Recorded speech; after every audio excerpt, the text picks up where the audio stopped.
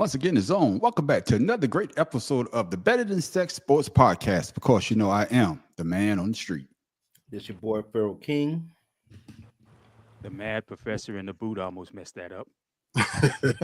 Shout out to Orlando. Feeling nice out here. Hey, yeah, and Tim Dog, he'd be here sooner or later trying to straighten his fingers out. I guess that's what he's doing. But everybody know. And it begins. There it is. Sorry about that, Jimmy. Y'all good, man. But y'all know how we Wow, always you start ain't our shaved in like 3 weeks. What was up with you? Hey, I'm on strike. Hey, I say he's on strike. you But y'all know how we always moisturize start. on that, man. Y'all It know is how we always, moist. y'all know how we always start our podcast off. You always got to ask the brothers how their day went. So Tim Dog, how was your day? Man, I love to spring. Y'all know I'm a self-proclaimed ornithologist, but there's some damn birds that get on my damn nerves. Oh my goodness. Here in Texas, they got these barn swallows. We call them mud swallows. And they What? they Say like that again? barn swallows or mud swallows. Oh, they swallow? No, That's why when she hadn't repeated that. I knew that's where she was going. Anyway, and when they're young, they mate when they're young, and they remember, and these are migratory birds, so they remember where they were born and where they lay their eggs. So my wife and I been here 10 years, never had a problem with them trying to make a nest in our front yard, our front window, front door. All the other neighbors complain. And yesterday I heard someone, I thought it was another bird in the garage again. So I look out front. 2 of them motherfuckers up there, spotting the area. Oh yeah, this look good. Oh no, it ain't, motherfuckers. My wife got this plastic owl. I put that motherfucker up. It's supposed to scare him away. Yeah. Shit. The motherfucker was out there again today. I said, okay, I got a hose. Sprayed the area where they was putting mud. Hey, this gonna take up half the goddamn show. Apparently. Hey, man, it's Texas. Get a gun. Hey, nah. No. You shouldn't have let them see that. You shouldn't have let them see that little worm of yours in that window. See, they saw that little worm. They want to keep coming back. Hey, shit. God damn. Shout out. How was your day, my brother? I ain't had to go get my surgically removed now. I got you. I got a headache already. Shout out. How was your day, my brother? Man, I can't call it, man. So it's been a busy day running my little girls all over. They turning into young ladies. I ain't ready for this, man. This is too much. It's too much pressure. Yeah, it's a lot of pressure, man. Get ready. Yeah, it's Desert Eagle time. Yeah, Desert Eagle time. That's what you said. Yeah. Just remember, there's somebody out there that was just like you.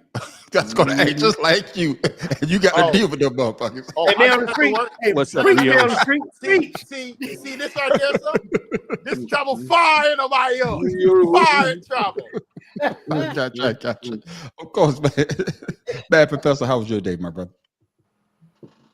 Spent trying to figure out how to use these arm wraps and kinesiology tape to help with this goddamn tennis elbow of mine that I haven't lifted a racket for in 20 goddamn years. That's a good tape right there. That tape helps if you put it on correctly.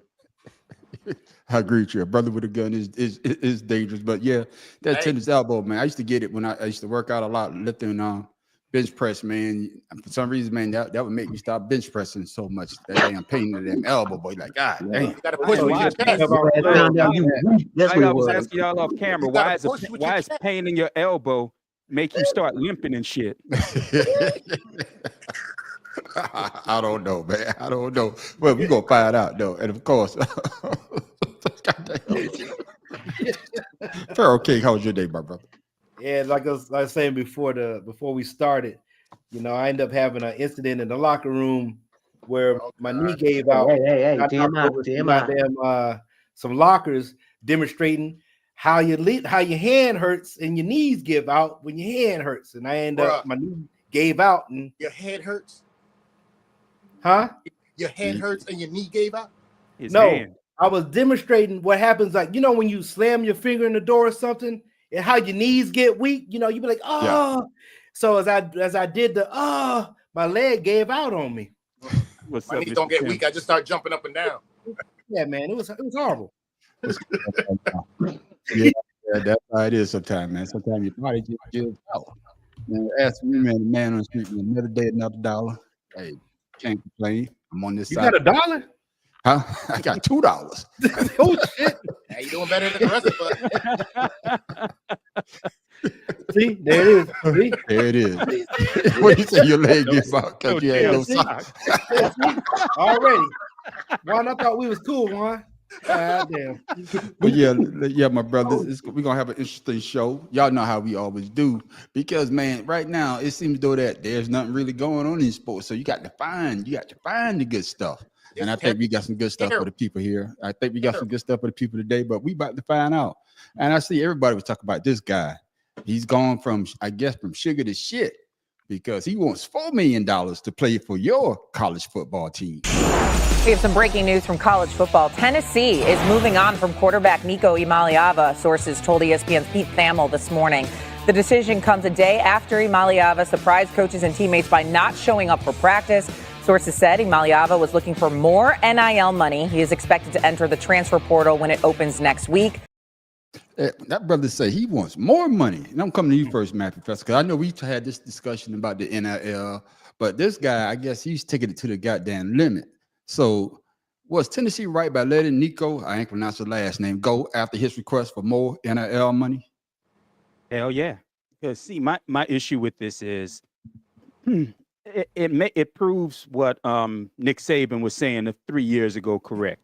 And where you got to go to these guys' homes and talk what kind of money you're going to give them. My issue with this guy is, yeah, you had a great team last year around you, and Tennessee was looking really good for a long, long time. Yeah. And now you want to say you want a $4 million per year contract when you're not even going to earn that shit in the pros. Yeah. Not as a rookie. Exactly. I mean, man, come on now. This dude is all kind of wrong, and I'm hoping no team looks at him. Yeah, I agree with you on that. Damn phone going on. That's me. Yeah, I agree with you on that, man, because he's acting crazy. And I saw like a post, and it was saying something went from making like 40,000 or something a day to nothing or something like that. It's a crazy post. Yeah. But you know, it's crazy. You say Nick Saban, they bring it up, but one more question, then I'm gonna go to you, Pharaoh. Does it make it look bad on the other guys when they try to say, "Hey, I want that NIL money as well"? Now this is gonna be the standard with coaches. I mean, I wasn't agreeing with Nick the whole way. Like I said, my only issue is if you're gonna play like that, like you're a bounty hunter of some sort, you should at least be good. Like I said, dude was all right. He wasn't good. He wasn't great. He was just all right. And to come out and demand this before you go to practice, like you're holding out on something. Yeah. Like I said, it does make everybody else look bad when they want to request, because NIL started, you were supposed to be offered it, not shopping yourself to find the best NIL deal. Yeah. You're exactly right. And like you said, he wasn't the best quarterback in the SEC last year. So Pharaoh King, your thoughts on Nico? I blame his father. Blame his father. No. His father wanted the school to give him $8 million. And with that being said, his father also calls his younger son, who's also a quarterback, I think it's in California, to lose out on playing his senior year because he had him change schools along with the receiver, so they can get recruited higher. So at the end of the day, I believe Nick is the father's name, is fucking up his son's future because they're going off their father's advice and it's not looking good. Yeah, and I don't think it's looking good. And I'm coming to you, Shata. It's not looking good.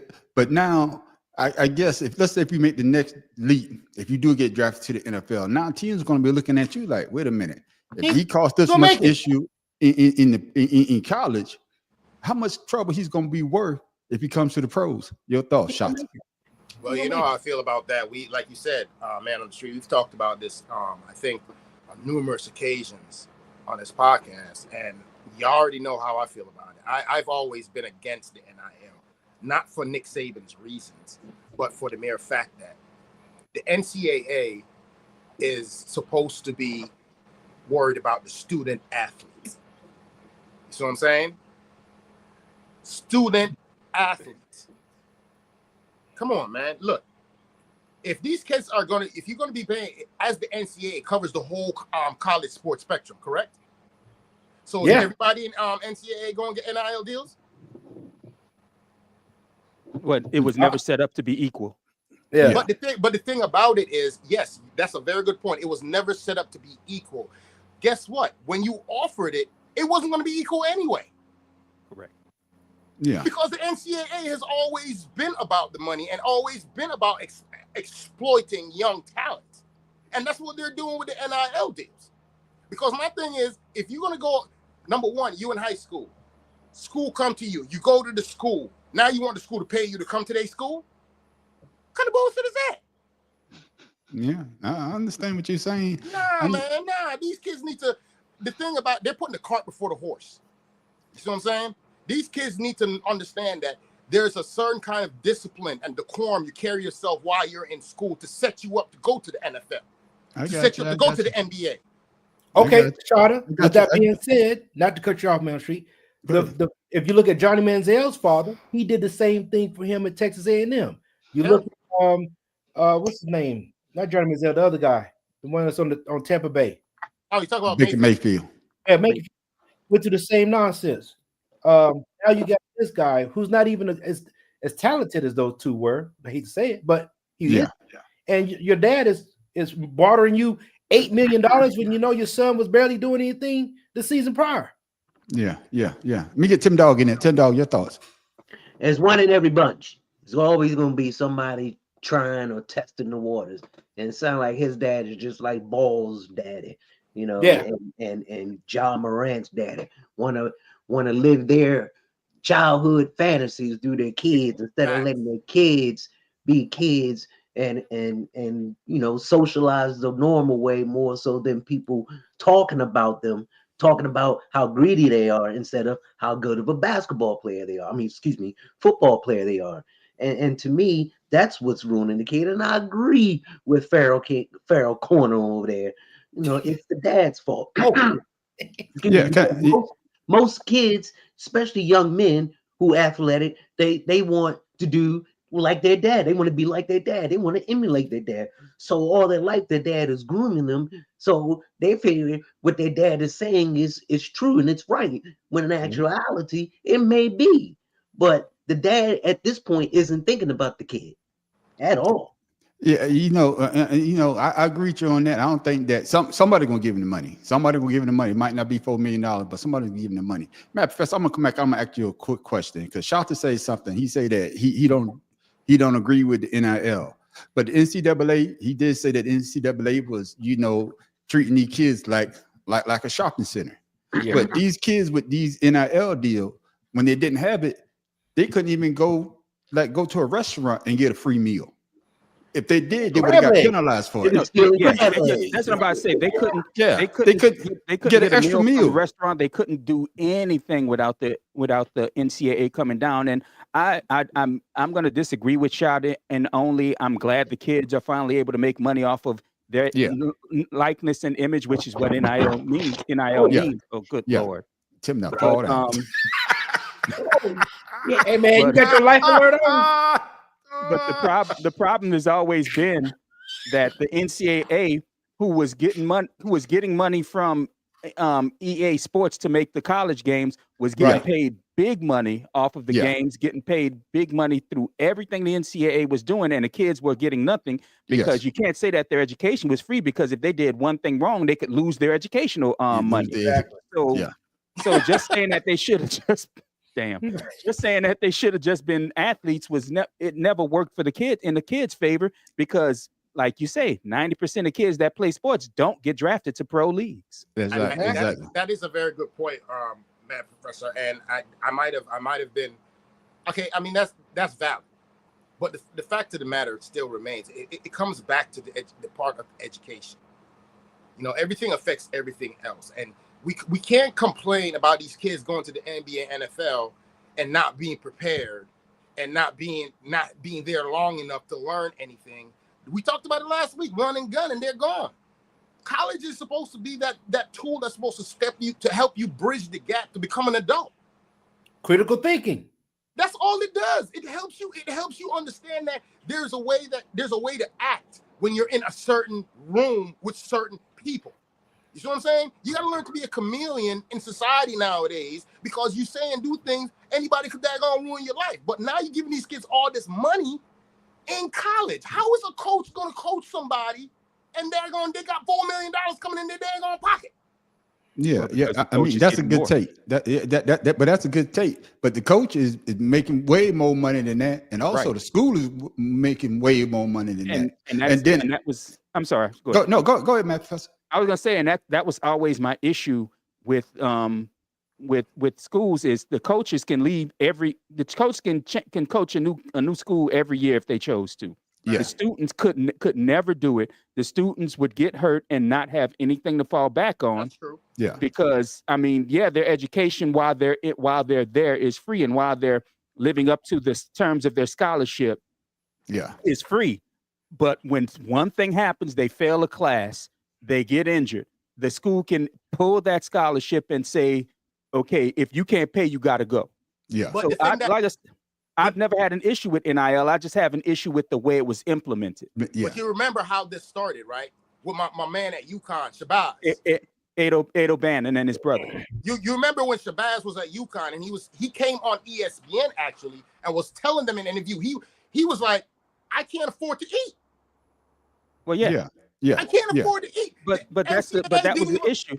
But I understand That, that. that's But the always been the NCAA issue. With the jumped right NCAA to- was always the NCAA treated sports, the sports arm of the NCAA, like it was a money machine, which is what it was, and that it was just made to turn out money for the NCAA. I mean, hell, you have the NCAA president making hundreds of millions of dollars a year based on the schools giving the money to the NCAA, while the kids were getting nothing. The kids were being used in commercials. They was being used to promote the program. They was being used for everything and not getting a damn thing from it. Like I said, I don't have a problem with NIL. I just have a problem with the way it was implemented because it was never set up to be equitable.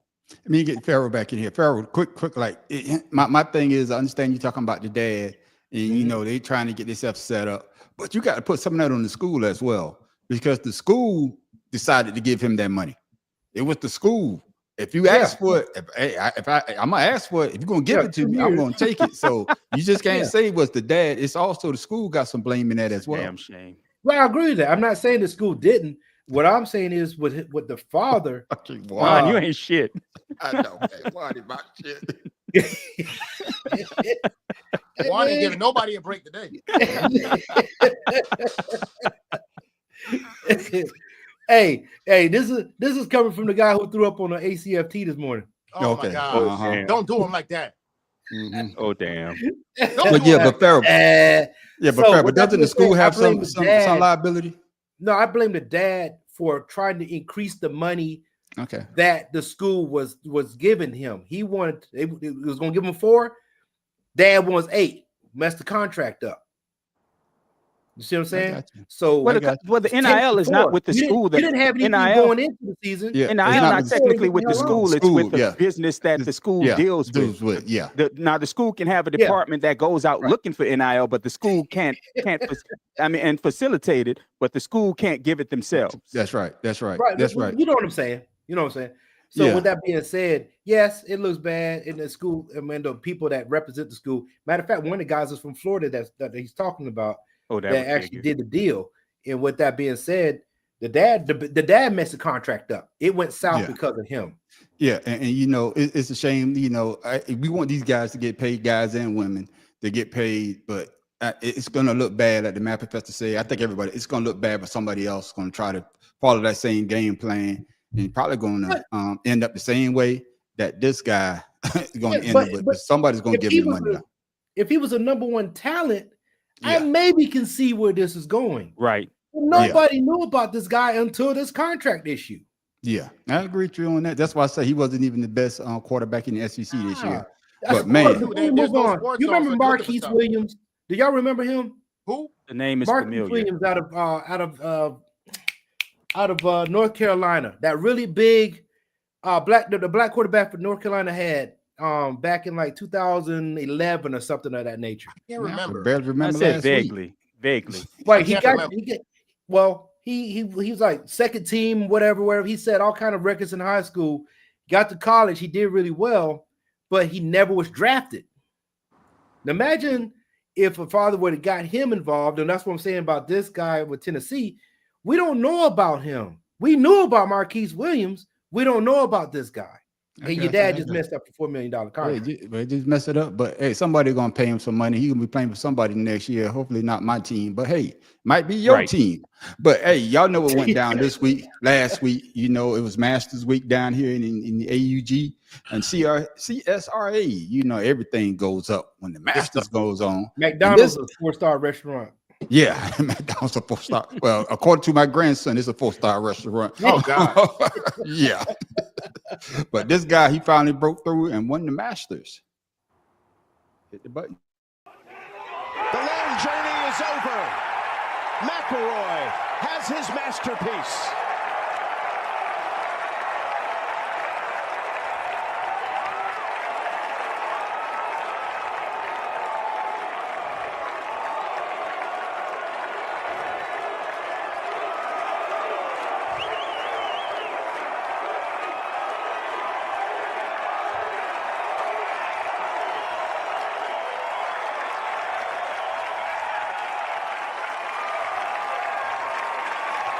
He's been holding that reaction in since. I guess Juan, you won tonight. Yeah, man. Like, Everybody what's gets going on with bullets. him? He good. Well, what did you expect? What did you He must have expect had at, one of them Trump people because what, he what, wrong what do you with him, man. expected at the Masters, Juan? Yeah, Come on. yeah. Before we move on, though, I got one question I want to ask the panel quick, like about the NIL, and I wrote it down. I want to make sure I get this out. And I'm coming to you first, Matt Professor. If you can answer quick as possible, please. Do you believe in an NIL, or it needs to be revamped? Better yet, do you needs to think be- it needs to be revamped? Yes, Or it not? does. It does. What about Without you, question. Farrell? Needs to have a cap limit. That's Okay. that's the one. Okay. What about you, Shata? I agree with my brothers. It's broke. No, we Jordan. ain't ignoring it. We're not ignoring it. We just don't We care. not. It's just that we don't know. He might have been he might be on his way to the hospital. I don't know. Yeah, we don't know what happened. He fell down again. We just praying right now. Yep, there he is. There you go. Please send me the Yeah, address. hey, I Joe, can't you see my talking about the laptop. devil, Joe. He done shattered his Oh leg. damn! He broke his laptop. Oh god What? damn. Oh god damn. All right, Tim Dog. I'm gonna Plug send your it to you. plug man. your computer up to a TV screen, Tim. I'm Man, I just thought saying. Life Alert went off. That's why I thought we lost him. I got you, Tim. Hey, but you see, this is not your regular sports show. Your sports show. That's Fuck not, this dude, man. that's not right at all. Fuck this Shots, dude. not right I at got all. you. I'm gonna send it to you, Tim Dog. Just give me a second. Shots, I'm coming to you first, man. What's up? Did Rory McIlroy prove himself to be one of the great golfers by winning the Masters and completing his version of the Grand Slam in golf? He all right. He ain't the greatest. He all right. He ain't there yet. Okay, then. He just ain't there yet. Golf is I ain't say he the greatest. I say one of the greatest. one of the greatest. Yeah, I ain't say he the greatest now. I say one No. of the greatest. I mean, I don't know, man. That might be subjective. 'Cause All of these questions are subjective. Yeah. I mean, How you feel about it? yeah. nah, I don't think he's one of the greats. I think he's good. He's better than the middle of the pack, but I don't put him up there with Tiger Woods and all those multiple winners, Jack Nicklaus and all them. He ain't on that level yet. Okay. What about you? Oh shit. Excuse me. What about you, Farrell? I'm gonna tell you why I don't care that he won is because he tried to take over for Tiger Woods golf and the shit was trash. I stopped playing golf because of that stupid ass Rory McIlroy shit. Don't stop. Don't stop. Don't do that to golf. Don't do that. Oh wow. He talking about I'm the just video saying, that- game. I didn't do it. EA did that shit. He talking about So the no, video game. I would say congratulations video to game, him video because I game. know it's a hard feat, but Yeah. and I think if somebody else would have won, it would have been more glorified. I got Because you, I know he's getting a lot of backlash, especially that Scott Scheffler guy. The way he walked off on the I guess putting the jacket on him. Listen, don't follow that, man. These guys are prima donnas. They feel know. real easy. Plus, he lost half his earnings because of taxes in Florida. Bro. Yeah. Don't follow behind that. These guys are all prima donnas. They want to be treated like Trump, like babies and people to kiss they behind. It ain't gonna happen. Listen, man. I sat back here watching all the planes fly over there, all the losers. So I'm good. What about you? What about you, Bad Professor? You know, do you think that Rory McIlroy, you know, solidified himself as being one of the great golfers by winning the Masters, finally winning the Masters, and completing his version of the Grand Slam? Honestly, I'm with Shada. He's a good one, but the fact that he's gone 10 years between being capable of winning the career slam, I'm sorry. I mean, Rory was the hottest thing going in golf 15 years ago when Tiger started his downward slope. You remember him and Sergio Garcia? Remember Sergio Garcia? Yeah. Them young, I like Garcia a lot more personally. Yeah. Look, I mean, think about it now. When you think about golfers, you know Tiger Woods, Vijay Singh, all these guys that play. You don't hear McIlroy. Like, remember a couple years ago, I would say about 10 years ago, it was this young boy Spieth. Oh, they crowned him as the next Tiger Woods. He gonna be What happened to him? Right. Yeah. I haven't heard a damn thing from him. You got to understand what golf is the same thing as some of these other sports. That's the hero monitor of golf. You want them to you don't like the fact that there's these people coming in and being good at the sport, and you got these greats out here that's been playing all these years and they can't win. It's not a matter of, come on, man. It's a sport. You got to put the ball in the hole. If you lose, you lose. Yeah. Just because daggone Titleist, daggone is your sponsor, you gonna complain? No, man. That ain't got nothing to do with it. You lost, so you won. And I also think that golf is one of those sports that you're not playing the person, you playing the course. Correct. And that's what I'm saying. So these guys, you know, they was hot at the moment, but then they fizzled out. Man, I'm glad you brought that up because it takes me to my next question. I'm coming back to you. Answer on Juan's question. No, but we about to answer it right now. I'm gonna ask you, Pharaoh. Do you believe golf will ever have that same type of energy as when Tiger Woods busted on the scene? Hell no, because the fans, when Roy won, they said it that Tiger Woods brought the most. This guy, Water's over one tonight. He had a long evening. No, Tiger Woods is always going to be the standard. I know Jack Nicklaus has more wins, but Tiger Woods is the standard of golf. He is. You know, I think when they moved, who was it that they just moved on the 18th hole the 16th hole? They moved where the hole is.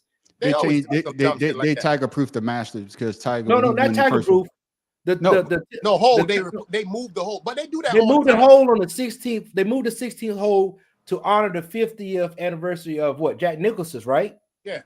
Right. I guess I don't know that one. Because you remember when Tiger did the chip in and the ball rolled and it just and then it fell in. And then it's for 20 years they've been honoring that. And then this year they moved the 16th hole to honor Jack Nicklaus's 50th anniversary. Nicholas.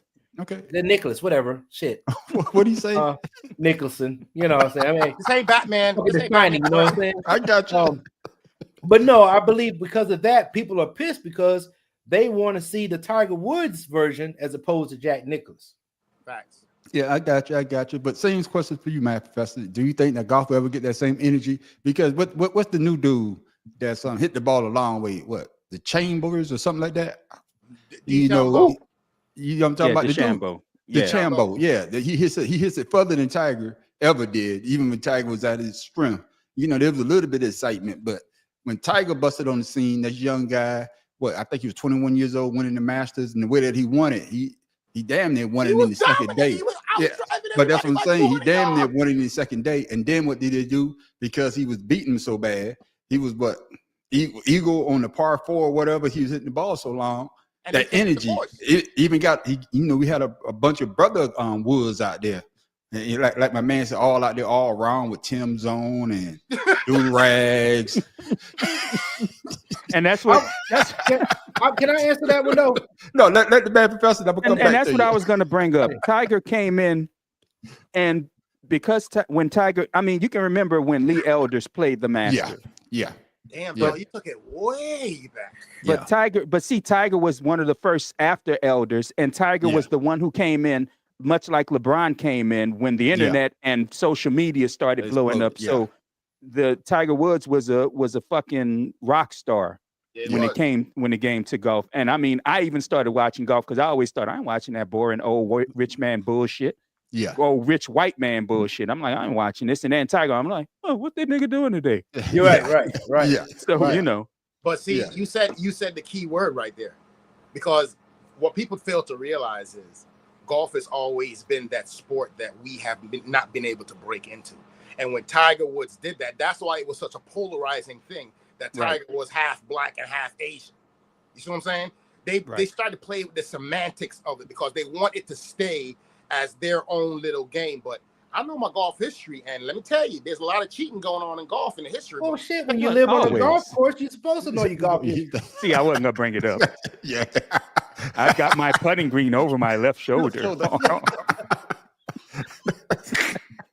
Go ahead, Farrell. You said you had something you wanted to say, man. I'm going to say that the equipment is different than when than 27 years ago as well. Yeah. So yeah, they talking about he's hitting it further. Well, your drivers and your balls are made a little bit better than what they had back in the day. Yeah, they got that new driver now. I don't really consider that. Yeah, you might be able to drive it further, but can you get it in the hole just because you've driven it further? Yeah. So that's the key. Yeah. And you know, I agree with everybody, man. But you know, I think it's a great feat though, because not many golfers consider they won all the championships. Oh no, nobody said it wasn't. We just said we don't consider him one of the greatest. Yeah. Well, yeah. He get there. He might need to win a couple of more, man. But the deal with Tiger, like I say though, you know, I think we always riding with Tiger until he just went off the deep end. I mean, that ain't had nothing to do with his golf game. Yeah, yes, it does. He been right since he stopped fucking with Trumps. But that's just my opinion. And all 22 of them girls. Yeah, all 22 of them girls. Tiger Woods ended up tearing his Achilles, a rupture. Let me tell you something like this right now. That's why he wasn't there. Tiger Woods, if he wants to, Tiger Woods could go ahead and sign a contract with Pornhub or any one of them damn things. Tiger Woods was out there killing them. You hear me? You said Pornhub? I got that is what he said. I got you, Tim Dog, looking in the camera, looking all crazy. The women say, he got Pornhub equipment. So yeah, you know, but like I say though, I don't think what is going on with Tim? What's the pop out stuff? Because I want him to get himself together first. He's all in the camera like an old man and shit. Can y'all see me?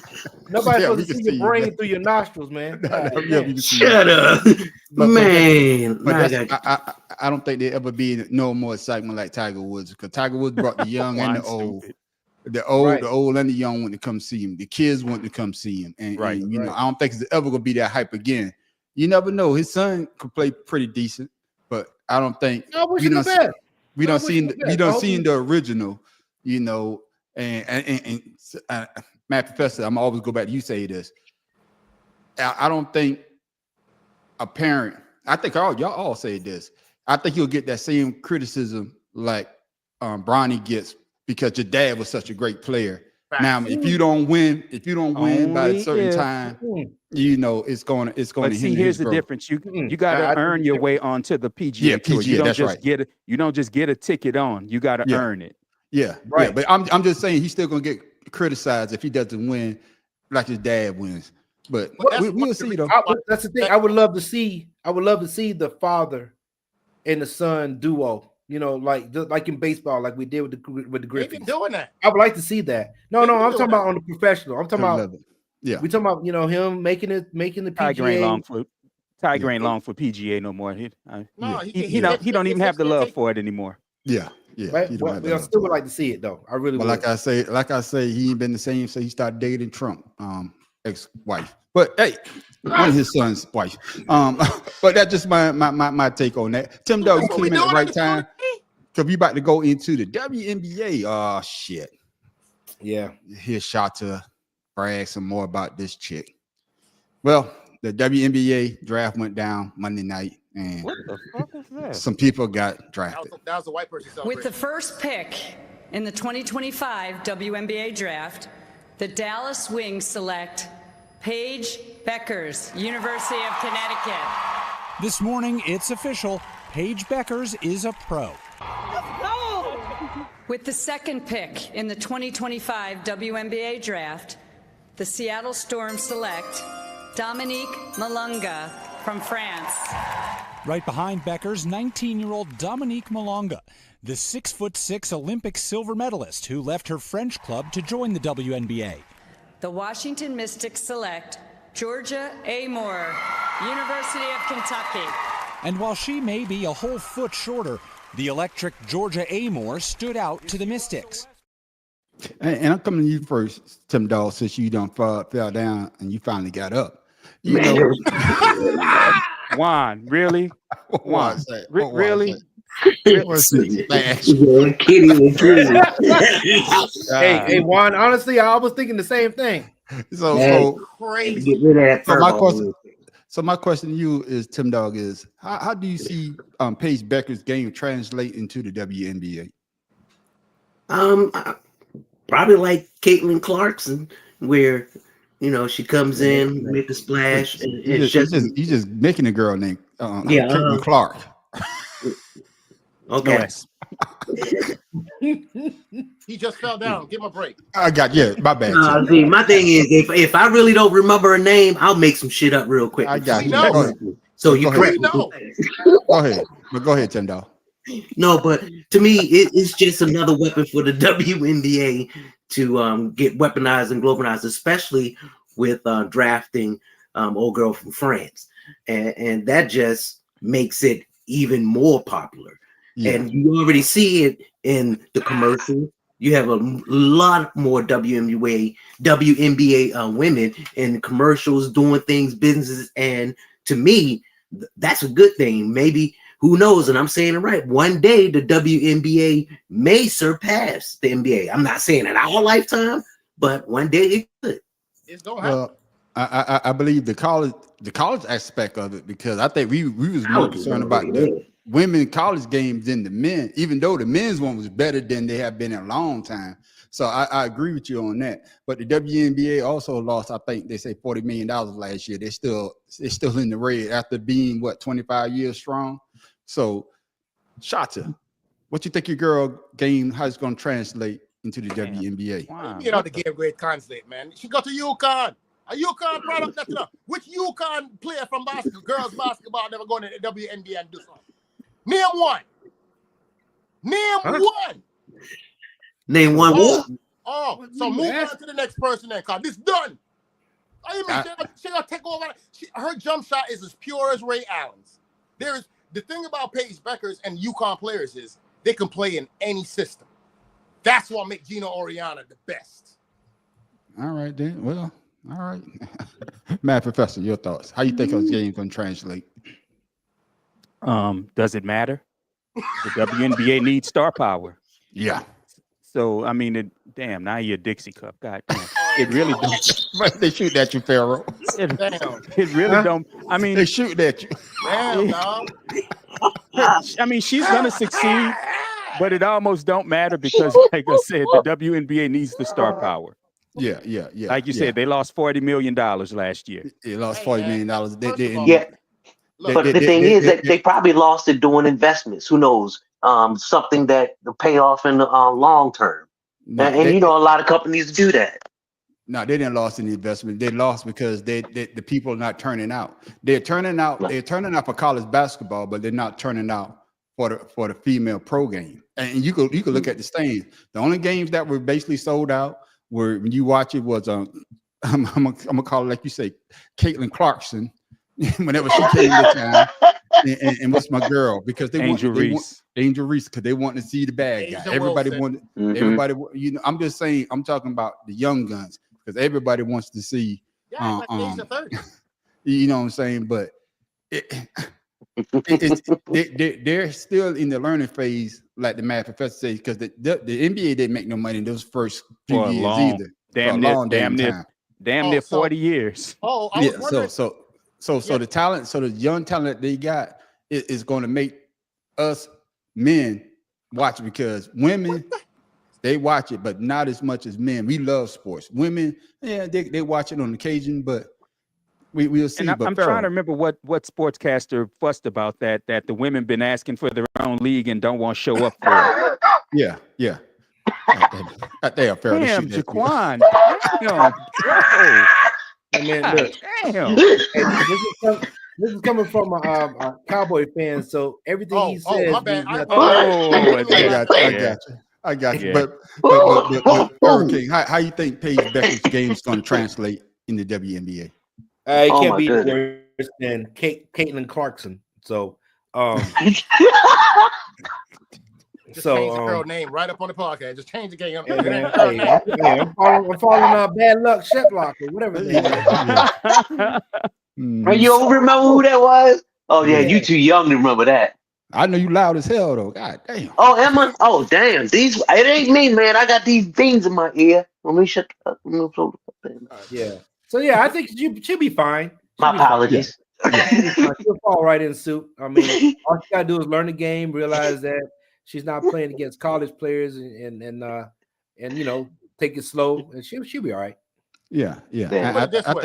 Just put it this way: when you look at the WNBA, every single team in the WNBA has a UConn influence on it. Thanks, George. Every team in the WNBA, the Dallas Wings, the Mystics, the Chicago, all of them, Seattle Storm, all of them got it. All of them got a UConn player. Yeah, they should. Yeah, but they all play differently, though. They all play differently. That's what I'm saying. Paige Becker's transitioning to the NBA ain't gonna be no hard thing. She playing with her peoples. The WNBA. Well, Shota, they only got 12 teams, so they got how many colleges? So it ain't like Bro, I don't like the disrespect to the female game that y'all putting out. I'm for real. There's no disrespect. That's I'm just telling you the goddamn truth. So what you're saying is because UConn done went so many times that there's 12 teams, they got like at least 2 UConn players on each team. Yeah. Pretty much. Yeah, pretty much. But like I said, I think her game's going. I think her game's going to translate very well. Just because she balls out. Barring injuries, I think she's going to. Player, man. I think she's going to make the league grow even more because you started with, hate to say it, the young girls, Caitlin Clark, and you got Angel Reese, you got Asia. Those girls, they put it on their back. Now you got somebody else. You got somebody else coming along that people want to see. They want to see Paige Becker play. Of course, we still got Juju Watkins. Hopefully she'll be able to come back and be able to play. Juju got to come back. She be able to come back and be 100%. You know what I'm saying? Everybody just like I think Farrell said, even though you come back off an injury, you always gonna what if? I'm scared. It's in the back of your mind. I just want to put this point out there, man, on the street. Mm-hmm. I don't like the energy you give me because when you talk about the 76ers and the Eagles, you get all up in your feelings. I don't like the energy you give me. Oh, wow. No, I'm just giving you. The energy I'm bringing is I'm bringing the truth. And you talk about the Eagles, you want everybody to go, I'm winning. Nigga, you can't talk championship. You better be. You better. You hear me say. You hear me say nothing. I'm just saying that. I'm just saying that UConn is all right. Yeah, all right. Wow. Ain't nothing. Wow. You say all right? Name me a college school that got 12 championships. I can name you plenty of them. No, name me one. Army. Shit, Army. You got you in football. You didn't say what sport. I rest my case. Army ain't got no 12 championships. You're an idiot. Oh yeah. Oh. But I guess the next question then. This next question, I'm coming to you, Shota. Mm-hmm. Out of those 3 picks, I think I watched some of the young lady who went number 2 when they played in the championship game and lost, of course, in the Olympics. But she balled out. So who do you believe will make the most impact for their new WNBA team? Shota. The French chick. Okay. She just watching her game. I've watched numerous games with her, and her footwork and when she get on the court, I mean, you could put her on the level as Asia Wilson with a better jump shot and better paint game. She's very, very nimble in the paint. She has a mid-range jump shot, and she will challenge every shot that come in her area. She's good. Okay. Then. What about you, Matt Professor? Yeah, I was going to agree. I mean, she's not the French baller that everybody wanted to come over. Right. But I watched her too. That girl's badass. I mean, shit, she can dunk. So that girl. So that alone will bring in the eyes to see if she'll do an in-game dunk again. Yeah. And you know what's also, I think the NBA, WNBA, they're trying to capitalize by getting these foreign players. You know, the more eyes that we could get on our sport, they need them. They definitely need them now, especially after the Olympics.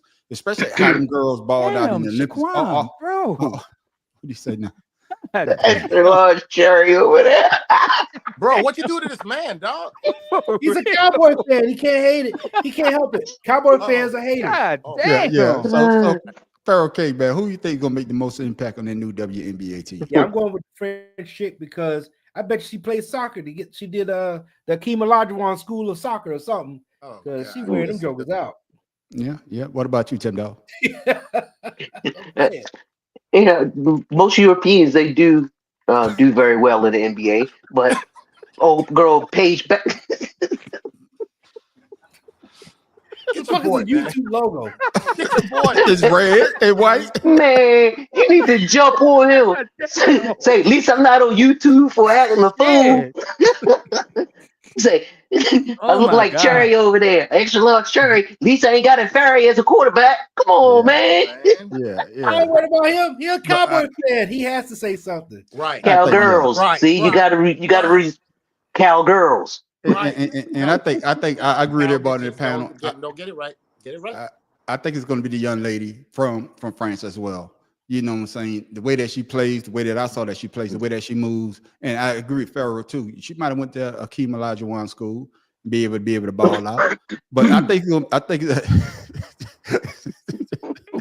will be an interesting WNBA season because I don't even know what word apologize mean. Yeah, that means to say you sorry. That means to say you made a mistake and you wish that you never had.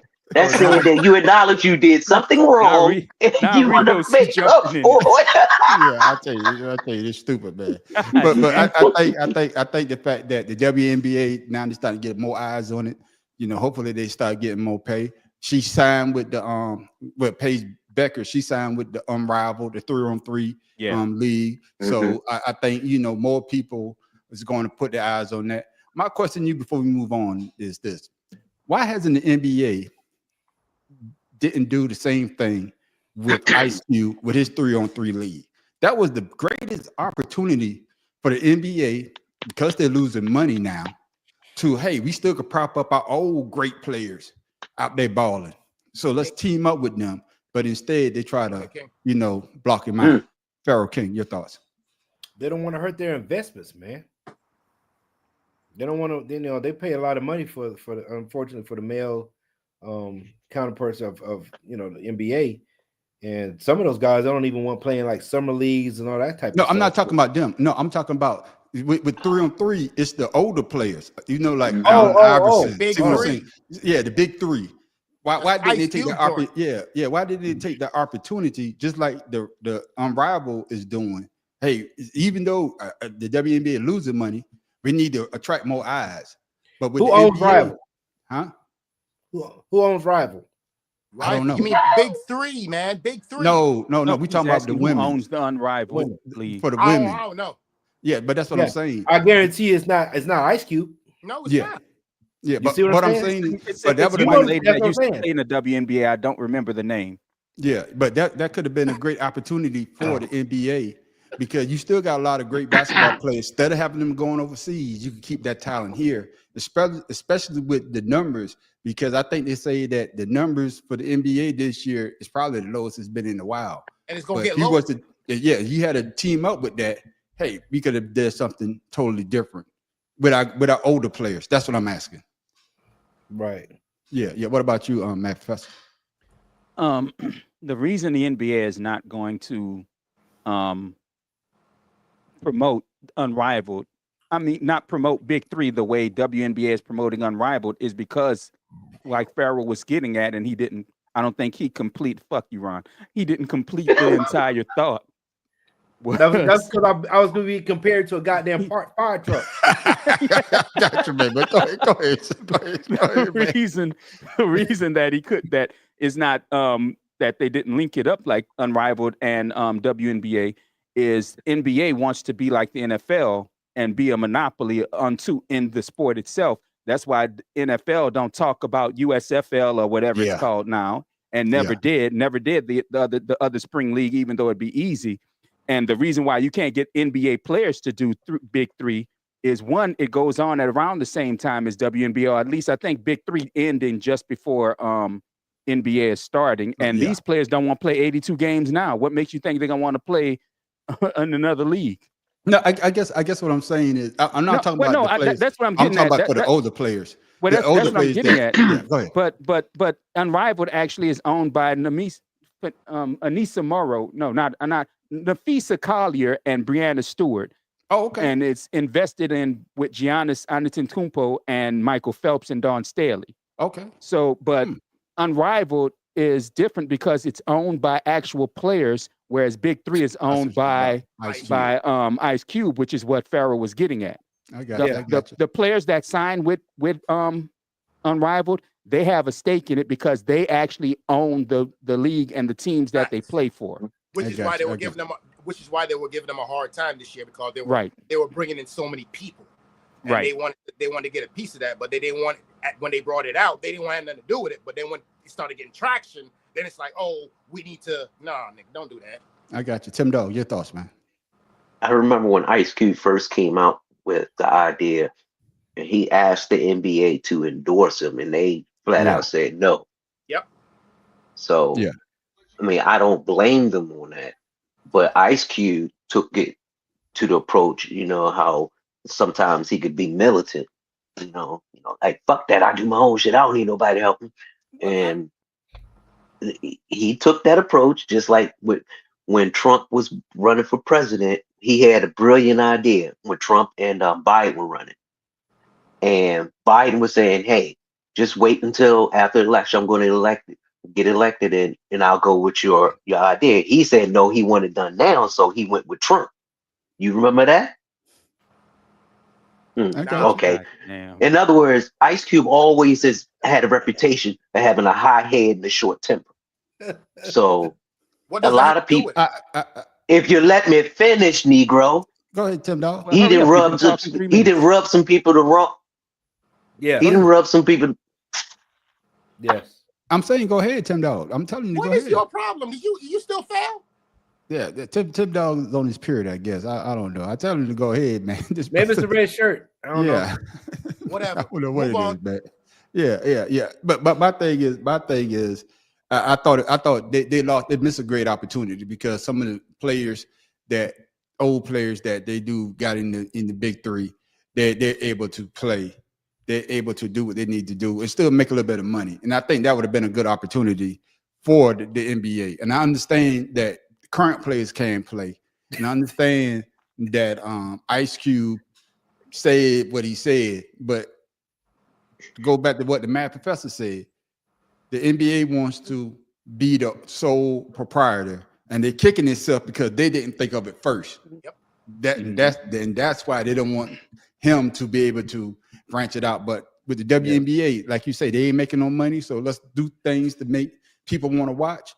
And of course, people are watching the Unrivaled 3. And of course, I think they're gonna be watching the goddamn WNBA this coming year as well. But fellas, I hate to talk about it. My Sixers not in there, but the bullshit playoffs about to start in the NBA. Well, the NBA playoffs have arrived. The postseason gets underway Tuesday with the play-in tournament. And here's a look at some of those matchups. 4 series will start on Saturday. That includes the Pacers, Bucks, Nuggets, Clippers, Knicks, Pistons, and the Lakers and Timberwolves tipping off the other 4 first-round matchups, all of which still need to be decided via the play-in tournament, which will begin on Sunday. I know they still had a couple of play-in games. They had some playing games last night. They had, of course, Golden State winning, and Atlanta lost. But Golden State, I think Curry and my man had 75 combined points. So whoever makes it in the play-in, I'm coming to you first, Pharaoh. Which matchup you think's going to be the hardest for any teams in that first round? What do you mean? What do you mean? I guess like LA is playing Minnesota. You think that's going to be a hard matchup for LA to come out of that one? Of course, the number one playing the play-in? No. Playoff they period. play playoff period. That's what they play. Yeah, the play-in, bro. No, the play-in still going on. No, it just started yesterday. It just started yesterday. Yeah. Yeah. So you're saying if Timberwolves end up playing the Lakers? Well, they are playing the Lakers. They are playing. They already set. I would say the Lakers can beat the Timberwolves. Yeah, they're gonna beat them, but it's not gonna be easy. Because no play-in team. I'm telling you now, no play-in team is going to win the championship. The Wolves aren't the play-in team. Yeah, I guess you misunderstood what I'm saying. Well, I guess what I'm saying is after all the dust is settled, all the teams done played the play-in. They still got, because the number 7 seeds are made right now. Okay, that's the Orlando Magic made it because they won last night, and of course, Golden State, they got the number 7 seed. Now the losers play, I guess, another loser for the number 8 seed. Yeah, I'm with you on this, man. This playing shit gotta go. I hate the playing is. I said that last year. Yeah, this shit gotta go. It's like, if just win and get in the playoffs and let's go. Yeah, because this stuff right, they're prolonging this stuff. Yeah, they're prolonging it. Shit. You had 82 goddamn games. Yeah, 82 games. Damn, Jaquan, tell a nigga how you really feel. Damn. Damn. And I don't want her no more Lakers in. Damn. That man's serious. You hear? That man serious. After come to you, Basketball. After all the dust is settled, which matchup you think is going to be the hardest for the team to get out of the first round? Honestly, probably New York and Detroit.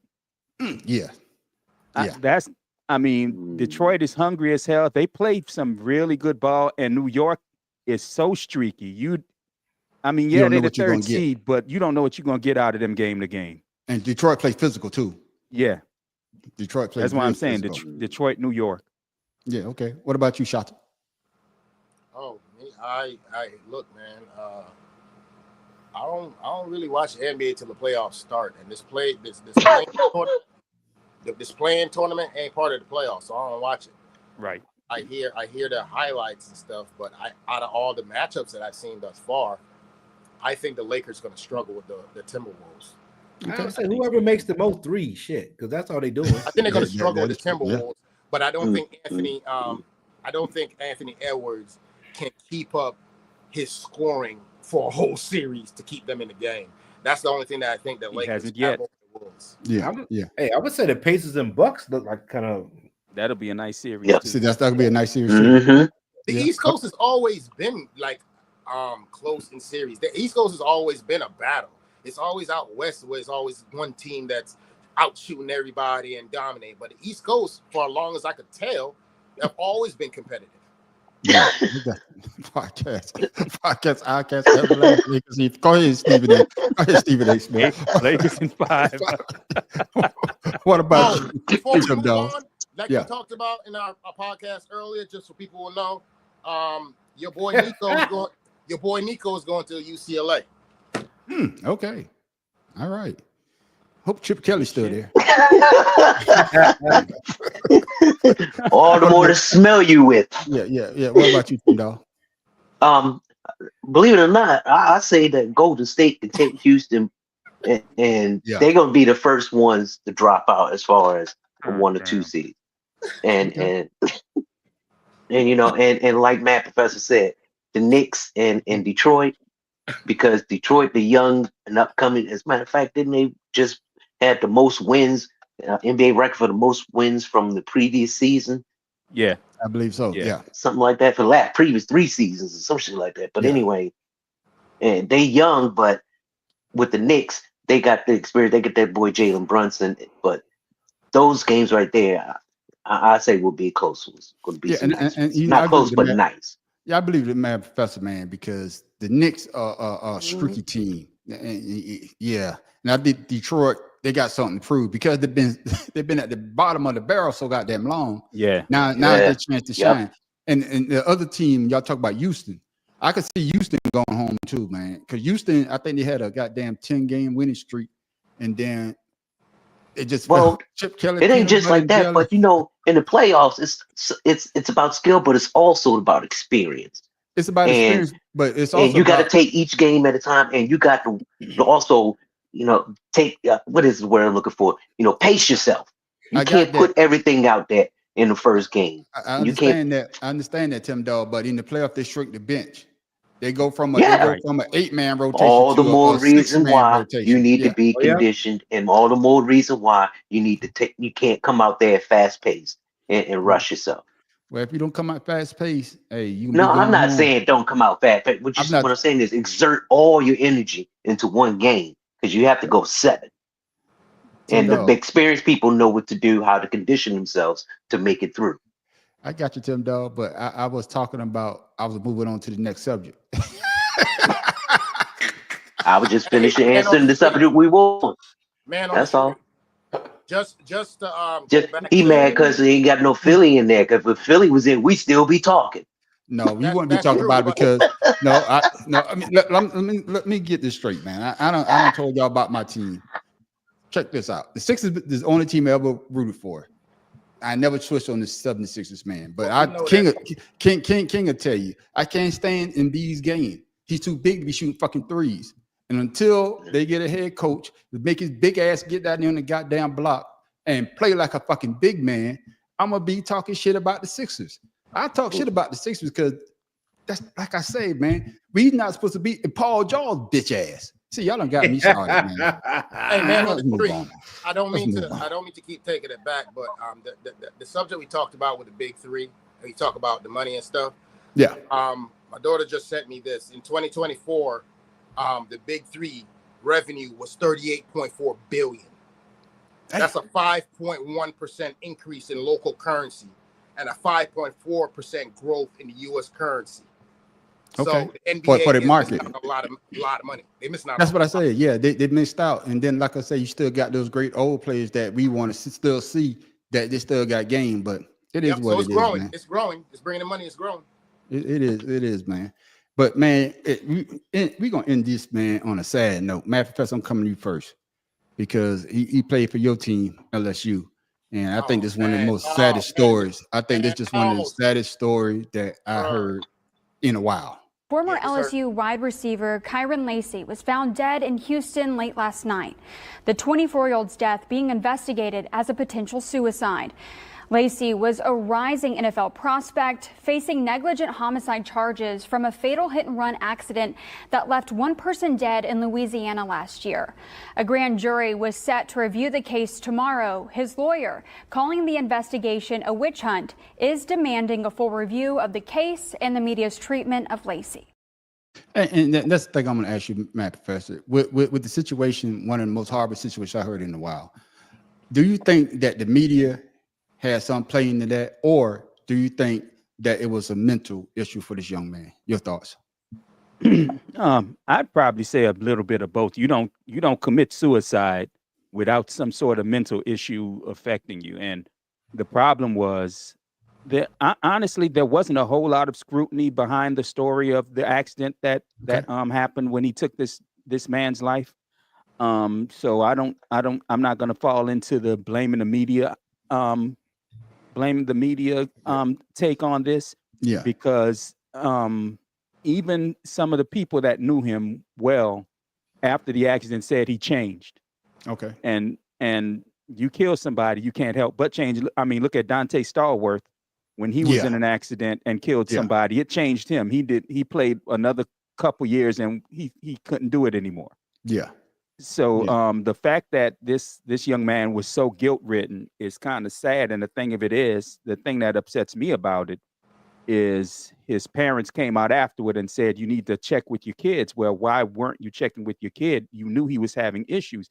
people, his friends and teammates saw he was having issues with the accident. So he should have honestly, he should have never been alone. Number one, and I mean that's the part of it that kills me is he seemed to be by himself. I'm sorry if one of my kids was in an accident where it took somebody's life. I don't want my kid to be alone for a long, long time. Yeah. I want somebody always around him. I got you. Them, Got you. rather. And Farrell, and it brings you to my question. With the sad news, why didn't the university invest more therapy for their young athlete? Just like you say, Matt Professor, I know it's on the parents, but I think, was he still in school or what? Did he graduate? Well, he was preparing himself for the draft. He was getting ready for the draft. Yeah. Okay. All right then. So Farrell, you think that the school should have did some more because it happened during the school year, correct? Yeah. Yeah. December. Well, the accident. Okay. No, the accident was in February, if I remember right. Okay. It was after the season. Yeah, it was after the season. Okay. Farrell, your thoughts, man? Well, I'm gonna go with my daughter. When she was in college, of course, she played sports, and there was a young woman who came over to play tennis from Thailand. I think she was there by herself, and she was having a hard time adjusting in the barracks there or the dorms with them. And of course, Alexis, would go over and check on her every now and then because they were sweet mates. But long story short, she had a little mental breakdown because her mother played for the school as well. So I guess her mother was like, "Hey, go to that school." The school did not help her. And that young female ended up, depressed, and they end up just transferring her to another school to get her off the campus. So I would say that most of these schools probably don't invest the mental health, that they need, mental health people or whatever. Even I think she was saying that the dorm mates weren't even doing their checks on her the way they're supposed to. Whoever's in charge of the dorm. Mm-hmm. I would say mental health is a problem in these colleges, and they're not getting the help that they need. Yeah, and but like I said, man, this is one of them sad situations, man. Because like they say, they was preparing for the NFL. We don't know what could have happened. Coming to you, Tim Dog. We don't know what could have happened. Could have got probation. You never know. Just like with my man that played for us, Carter. He was involved in that guy. There's racing, and the guy, two people died in that car accident. And, right. Just a sad situation. And then, like you say, Matt Professor, for him to take his life, and the parents to come out and say, check on your kids. It's just one of those situations that you never want to hear, especially with young athletes in the prime of their life. Tim Dog. I just say this is just a situation of a young man who slipped through the cracks. If it happened, sooner in the season, like everyone said, he would have been noticed. People would have noticed. Someone would have said something, done something. But by it happening at the end of the season, most people going home for the holidays, waiting for the next semester to come, and then the next semester comes, you say, "Oh, things change," but that person had enough time to think and to contemplate, and a lot of times people don't want, and it's a stigma, but people just don't want you to know what's on their mind, regardless of the situation, and that's just the way some people are, and it's hard for some people to come out and ask for help. But like y'all was saying, family or friends, they knew something. Someone should have been a little bit more assertive than just asking. Yeah, and what's funny is, it's not funny, but Matt Professor made a great point, because I think they say that the police, he was in a high-speed chase from the police. They say he shot a gun in the ground, got in his car, and of course sped off, and of course, killed himself in Houston. And Shata, it goes back to, like the Matt Professor said, it's just the fact that your child, your child attitude, how they changes. If you was a happy person all your life, now you depressed all of a sudden, especially after this situation, because this is like you said, there's no coming back from that. You can't tell a person you're sorry if you killed them. You just can't. You can never get that forgiveness. So I think that played a part on him doing what he did to himself. So, but your thoughts on this situation, Shata? This is a sensitive subject for me because I've experienced it firsthand with people. I've never people always say, you know, like Juan just put up, he said, you got to say something. But to respond to Juan's statement, it's not always easy to say something, bro. You got to understand that mental health is not one of them things where anybody has all the right answers. Yeah. It affects everybody differently. Yeah. And it might take somebody. With him, he couldn't handle it. But the failure here in this situation lies squarely on his family, because he was with them. And when he fired that round into the ground, somebody at some point needed to say, hey, we need to talk to you. Come on. Why would you leave him? If he fired a round into the ground and he was that much upset and you let him get behind the wheel of a car, what's the difference between letting somebody daggone get in a car that's daggone messed up, drunk? Yeah. Because him firing that round into the ground speaks to his state of mind. Yeah. It's a crap. So my thing is there was failures all along this way. The family failed to convey to the police what was going on with him. And the police, instead of daggone trying to talk to him or do anything, they chased him. Nope. Yeah, they escalated it. Come on, man. This man is struggling with something. And he just fired around into the ground and with his family, and he took off in his car, and the best you could do is send the cops after him? Bro. And he should have never got to the car. Never. Yeah. Yeah. And yeah, Pharaoh was right. It did happen in December. Yeah. Yeah. It's just a sad situation all the way around, man. But you like I say, man, we hate to see young people who got a whole lot of life ahead of them, man, and to go out like this, especially by your own hand. And then now you got your parents always thinking, what could I have done? You know what I'm saying? That's their cross to bear. Yeah, yeah. But like I say, man, prayers go out to them. But fellas, man, I know that's a sad situation, but just in case you missed this, man, hopefully this will cheer you up, because this brother, I hope he makes it. I think it's going to be hard, but I hope this brother make it in the NBA.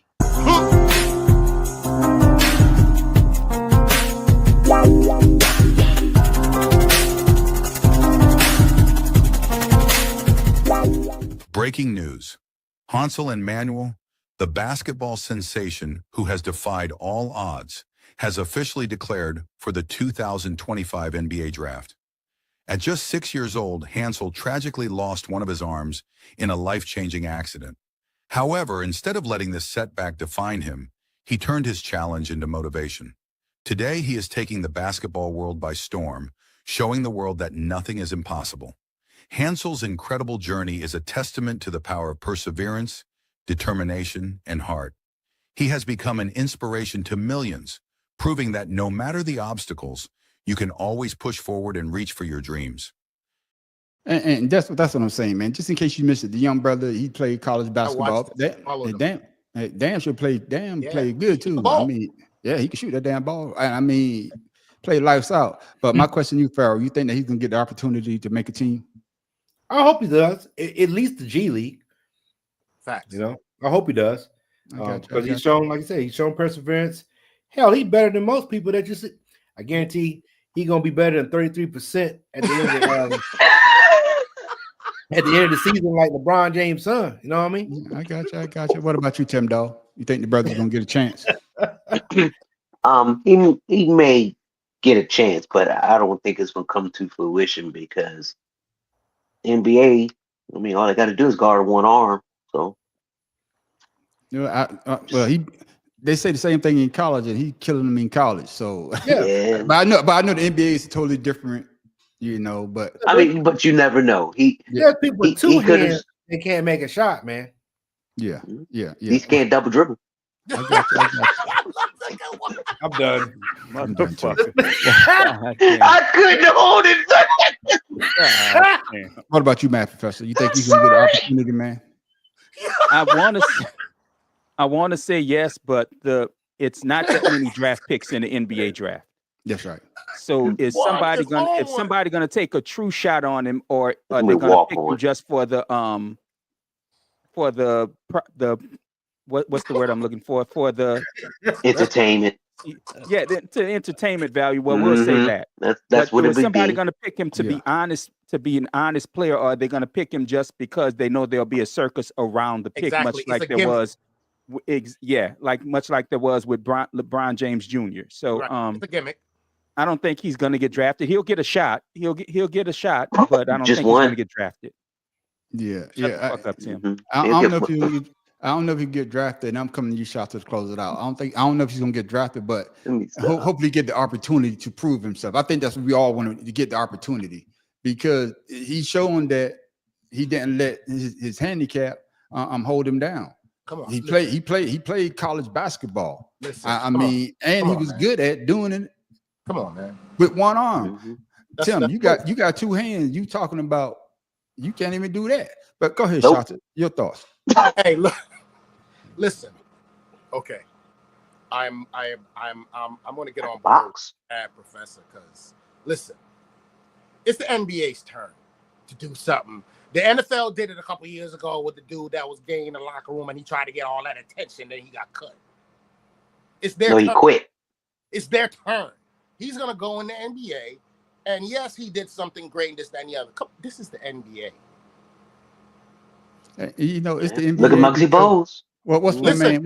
I won't put it past. What's my man that played for Seattle? I won't put it past. That's who I was going to bring up. Adam Silver. I will not put it past Adam Silver. For the football Go player? ahead and let him get in the league. Yeah, that's what I'm saying. The football player, Shaquille Griffin, I think that's his name. Yeah. But think about it. Shaquille Griffin, when he played with the Seahawks, he didn't have. But the thing about football is completely different than the basketball. I got that, but I'm just saying he got the opportunity. Yeah, he got the opportunity. And one game I saw him got an interception. But what I'm saying is he had the opportunity. Somebody took the chance on him to give him, see if he could play, and he proved it. He lasted what 4 or 5 years. So my thing is he come down court and you go right on him. What's he gonna do? But that's what I'm saying. We don't know yet. I've seen him play basketball, and he played damn near pretty good defense. So, but basketball, tell you the truth, basketball is basically a mental game, and I think the aspect of him going this far, I just wish that he would get another chance to prove that he deserved to be. Oh, he's gonna get a chance. It's just that the fact of the matter, he ain't gonna last. That's all. Yeah, but we'll see, man. But you might just need to give him a hand, and he'll be all right. I just thought that was one of those. But it is a great story though. Yeah, that's what I'm saying, man. Because like I say, anybody could give up. We don't see people give up by not being able to use their back or both of their hands. I mean, look at Jennifer Lopez did that movie with the boy that daggone didn't have no damn arms, legs, or whatever. The wrestler that didn't have no whatever. That boy bad though. Yeah, that boy bad. He did his thing. Yeah, that boy bad. So you never can tell. I got you. You. Now, ladies and gentlemen, we got two things here from Shata here. You want me to put this up? So, ladies and gentlemen, it's time for This Day in Sports.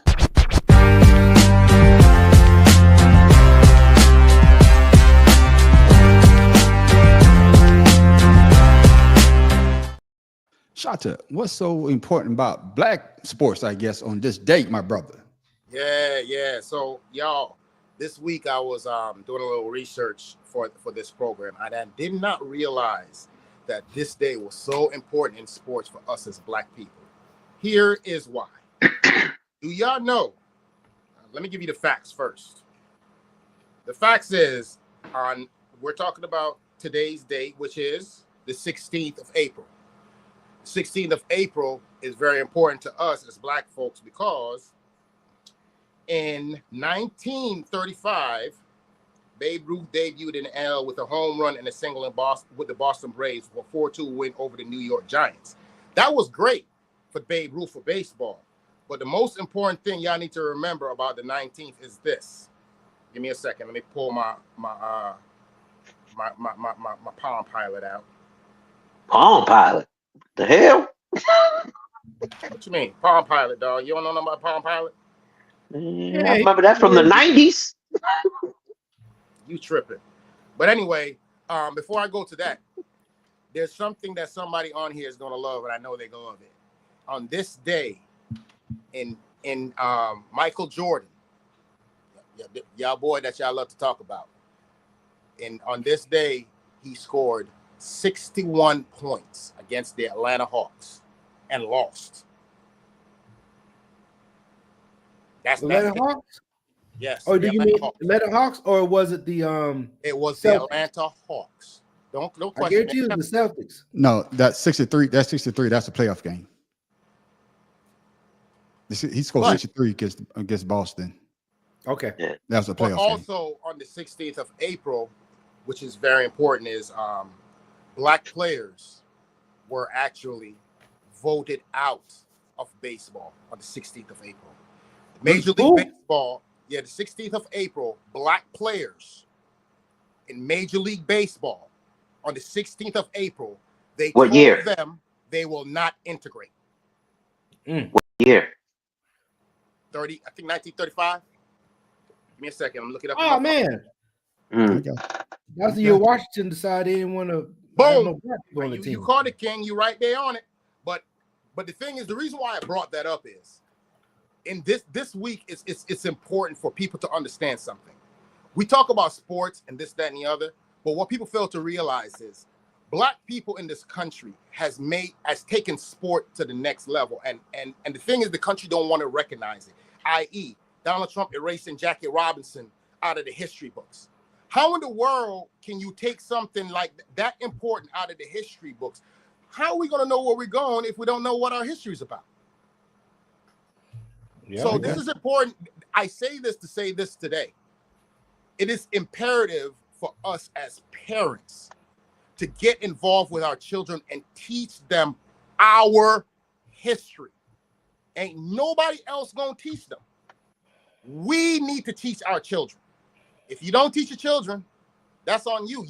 You're leaving them to the wiles of the government, and you know how the government acting nowadays, for them to educate them. So all I'm saying is, get in the books, do a little reading. It ain't that hard. A 500-page book you could read in one day. I got you. But like they say, if you don't know your history, you're doomed to repeat it. You daggone Skippy. Holla at your boy. And that's all I got today in history, baby. That's right. My man shot.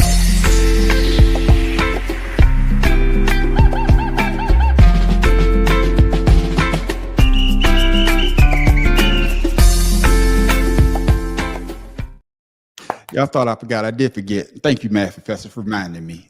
I jumped the gun a little bit. But fellas, man, let's go ahead and get into this week's sports discussion.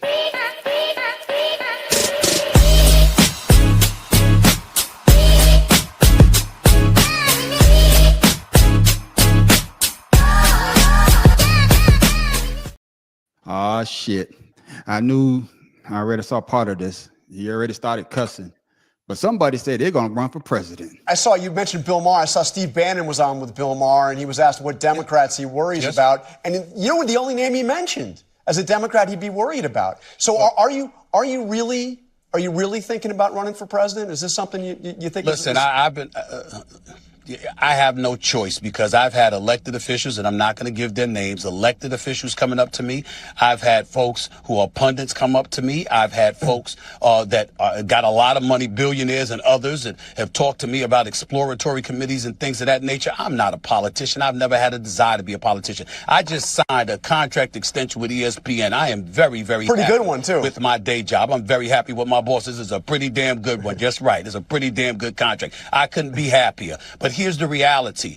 People have walked up to me, including my own pastor, for crying out loud, who has said to me, you don't know what God has planned for you. At least show the respect to the people who believe in you, who respect you, who believe that you can make a difference in this country, to leave the door open for any possibilities 2 to 3 years down the line. And that's what I've decided to do. But again, whether it's Governor Westmore, who I know, or Governor Josh Shapiro from Pennsylvania, who I know, Andrew Cuomo, who I had the pleasure of interviewing, who's trying to get back in things and be the next mayor of New York, etc.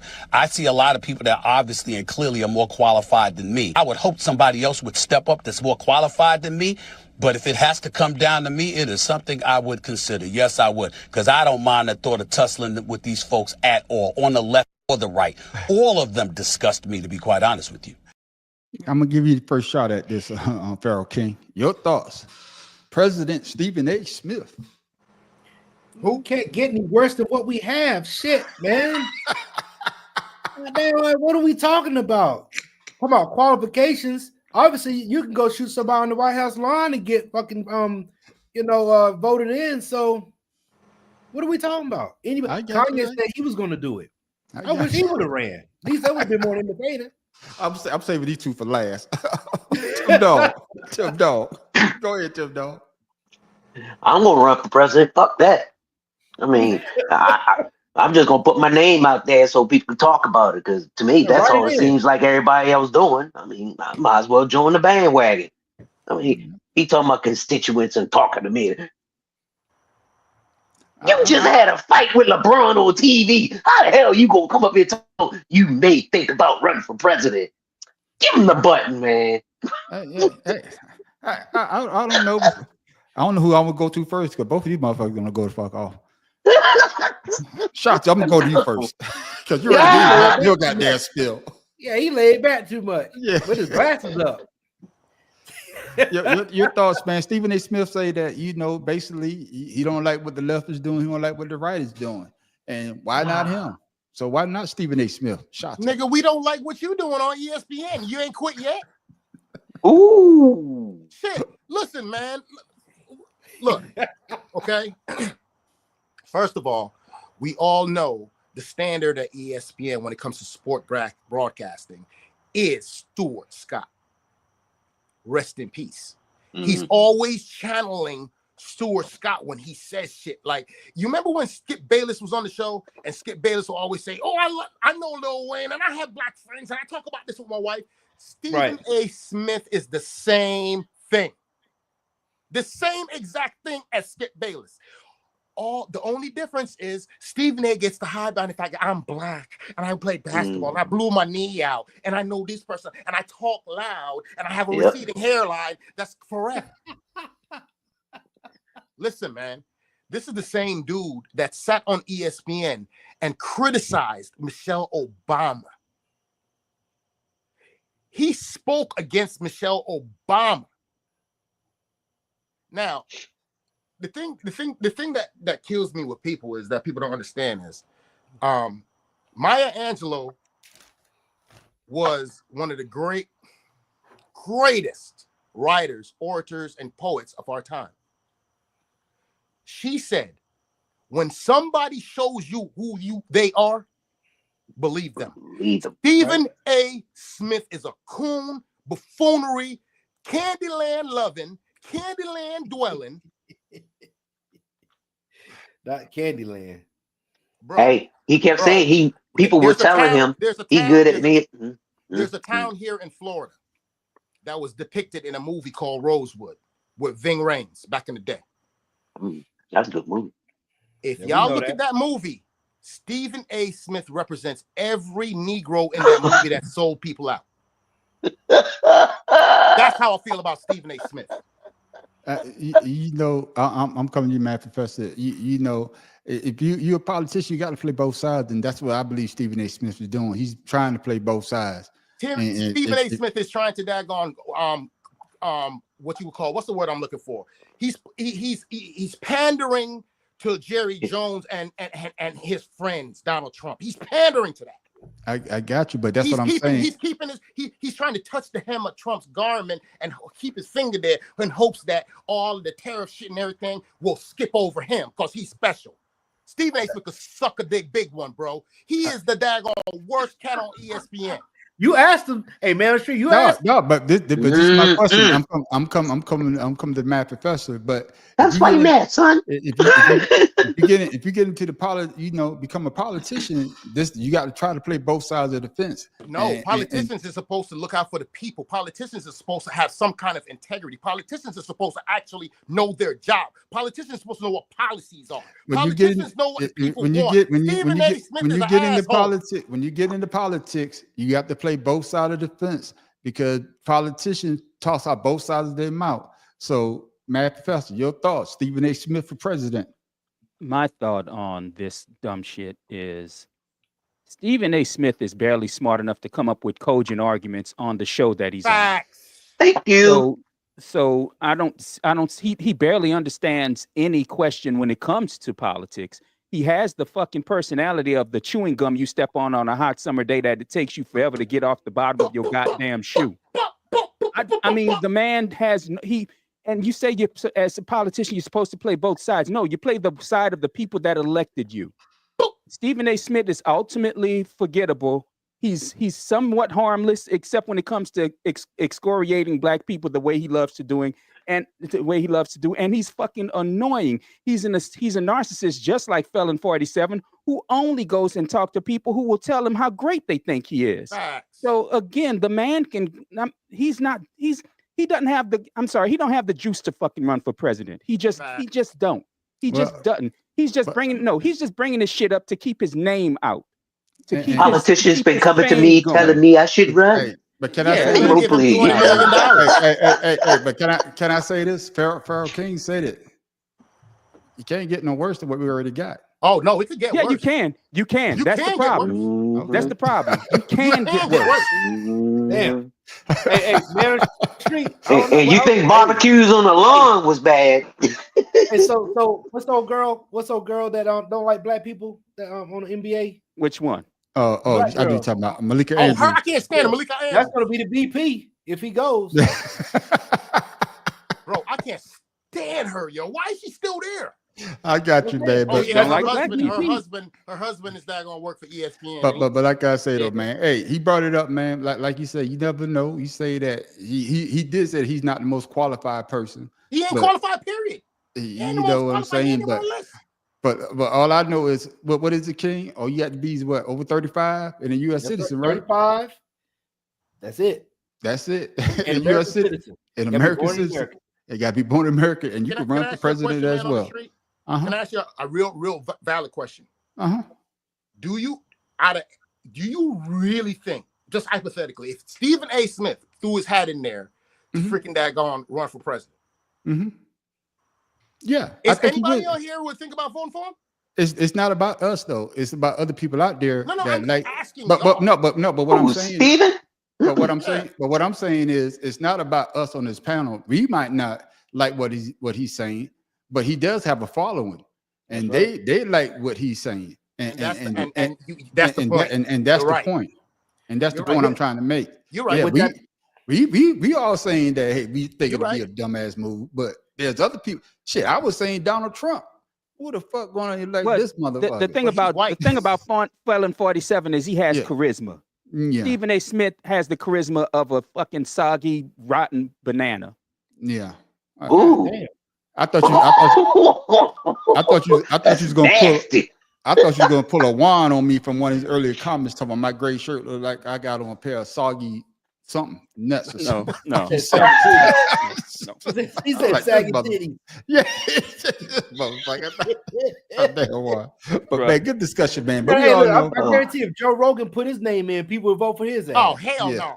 And you know, and I think Matt Fester brought it up. Somebody brought it up. He just want to keep his name out there, especially now, you know, especially politics, the way it is right now.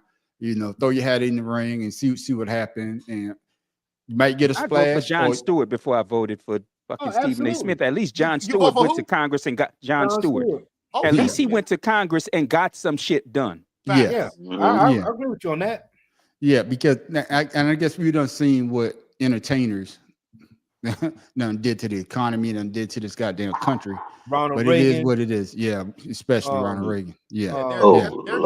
They're not good at presidential, so they need to stop making these movie stars the president. That's terrible. Yeah, because Man on the Street gonna run. Man on the Street gonna run. Man on the Street gonna run. What? I better get your vote. At least I got 5 votes. 1, 2, 3, 4. Yeah. The next president of the United States is Gavin Newsom. The next president of the United States gonna be the man on the street, and I'm gonna have y'all on each corner with my sign. But now, ladies and gentlemen, you thought he was mad just a second ago. Let's see what he's mad for right now.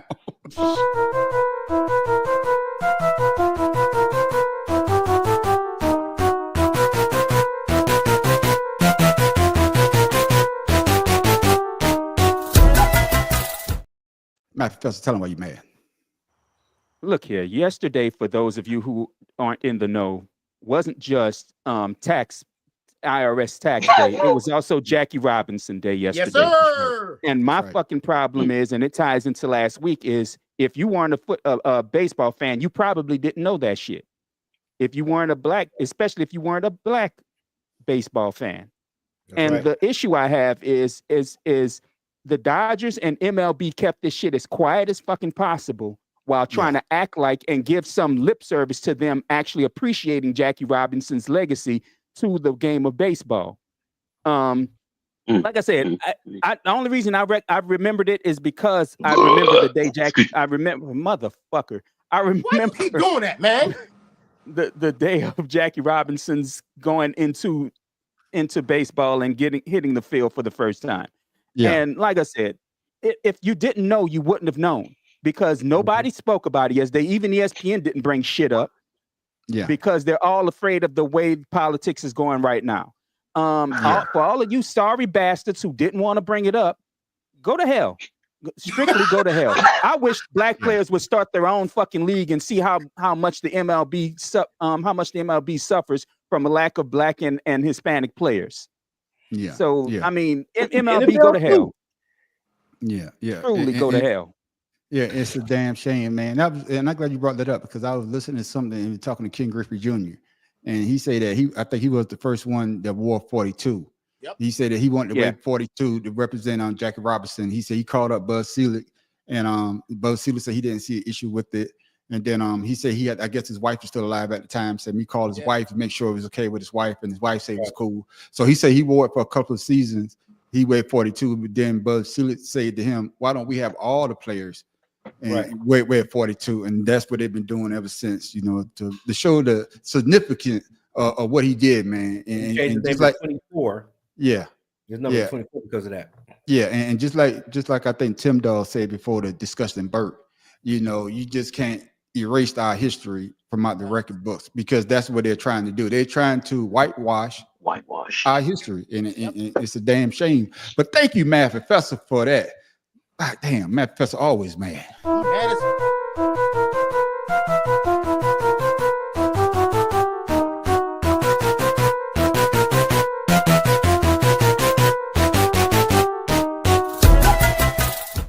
That's what I'm talking about, Math Professor.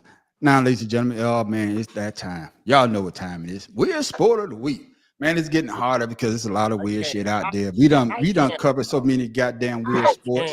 We done covered weird events. We done gave you what we gave you. Extreme ironing, the beer mile. We gave you toe wrestling. Last week we gave you roach racing. Man, that was so exhilarating. The ferret race, man. Ferret in the pants. Ferret in the pants. Ladies and gentlemen, I can't. Oh man, I'm gonna go out here and I'm gonna find me some of these because I'm gonna start my own race. It's gonna be just like this one.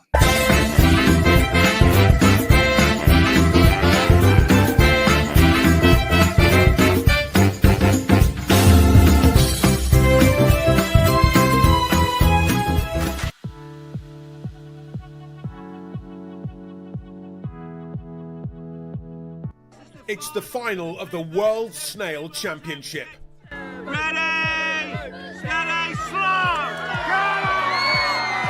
Every year since the 1960s, crowds have flocked to the climax of this weekend, where the fastest snails on the planet duke it out. The table is covered with a special damp cloth, and in a nail-biting contest, it's the first snail to reach the outer red ring who wins the glory. There's a certain amount of cheating as snails jump on their opponents, but in the end, there can be only one winner. Math Professor, there can only be one. Go to somebody else.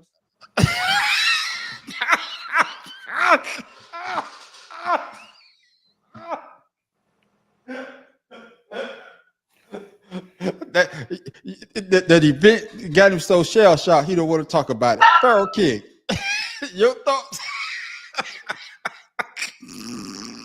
What time of day does this race start?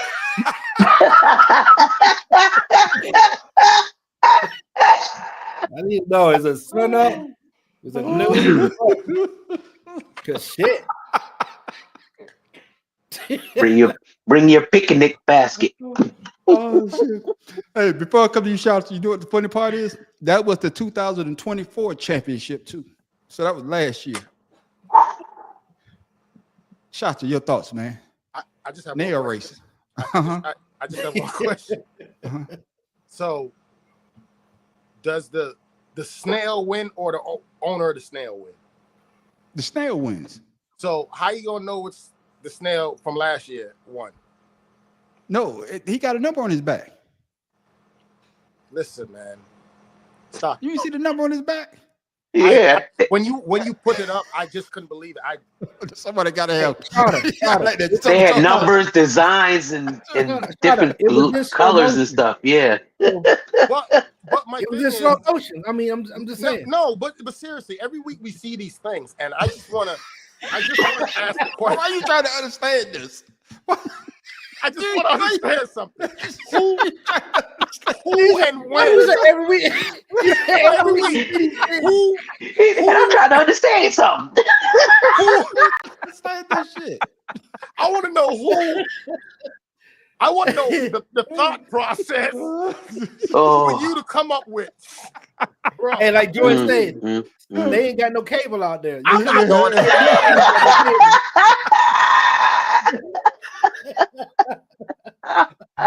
Tim Dog, your thoughts, Tim Dog. I'm gonna need for white folk to. Hey, if it's going on. I need for them to just sit down and be still. It's so ironic that you showed that because right now it must be like snail mating season or something because in my backyard next to a tree there's a whole bunch of snails. I mean, really tiny. Hey, man, you got some races out there, boy. Yeah. Hey, yeah. What? No, I was just saying. I don't know. There's too many of them out there. I mean, them things. No. I ain't scared of them. I'm just. So you out there racing them? Hey, I ain't scared of snails either. So you But I ain't going out there volunteering to pick one up so we can have a race. No. I think you are the one outside putting numbers on them snails and putting that thing on you. Whatever you put it on. I got you, man. Nope. Man, Professor, Nope. man. Let me tell you something. Last week I was out in the yard and I went to do a nice thing and trim the neighbor's grass down a little bit because it was halfway up the damn sign. It was halfway up one of the signs that was in front of her yard. Hell no. Mm-hmm. And while I was using my string trimmer, a piece of a snail was cut and it landed on my shoulder. He said my string trimmer. And I looked at it and it was still wiggling a little bit. And I go, you know what? That's as good as a snail fucking deserves. And he's sitting here. I wish I had my string trimmer to go into the middle of that board that had those goddamn snails on. So I could see my string trimmer cut these some bitches apart because I use Husqvarna line in my string trimmer now. I'm the strongest you get. Hey, And hey man, he got PTSD. You saw the way he looked at his shirt. Wait. So your string trimmer. And the problem I have is